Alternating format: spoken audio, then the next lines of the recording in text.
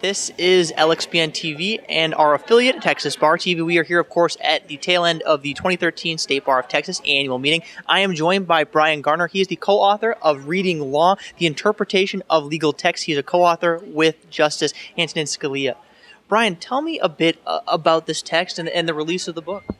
Well, it's been out for almost a year. It's now been cited by, I think, 50 courts and published opinions. It's a book about interpretation, so it's a 600-page treatise on interpreting statutes, interpreting contracts, how judges derive meaning from governing texts, but also it's all about the arguments that lawyers ought to make when they are in court trying to argue that a statute means a certain thing or that a contract does. So it took us 3.5 years to write. It was a lot of fun, and we think it's the most extensive book that exists today on legal interpretation. Very interesting. I mean, any tidbits you pull out of here on legal writing that you'd like to share with lawyers? You know, maybe some of the, I don't know if it's the finer points or the main points you'd like to share out of the book?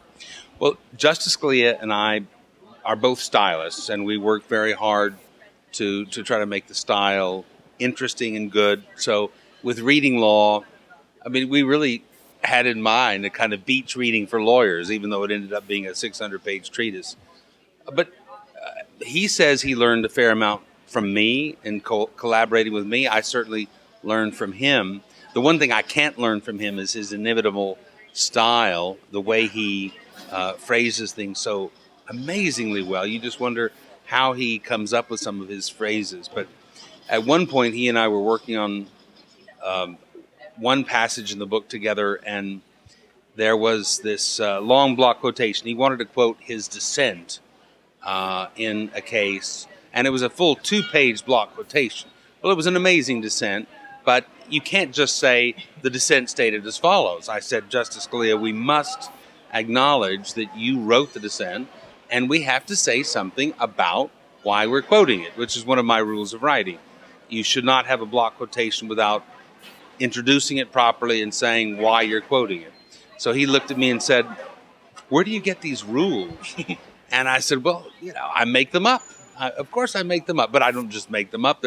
There's a good body of literature about writing that says if you're going to have a block quotation, you need to set it up properly. And he said, so we need to do what? We need to say that you wrote the dissent, and we need to set it up properly. We need to say why we're quoting it. And so he kind of shook his head and was quiet. This is in his office. And so finally he jumped over to his word processor and typed out this sentence, this lead into his block quotation. We quote the dissent, comma, which one of us wrote, comma, and we quote it at length because we like it, colon. And it was a typical sort of vintage Scalia witticism, and we kept it that way in the book. I think it's a tremendous little passage, and so that's kind of a little inkling of what it was like to work with him.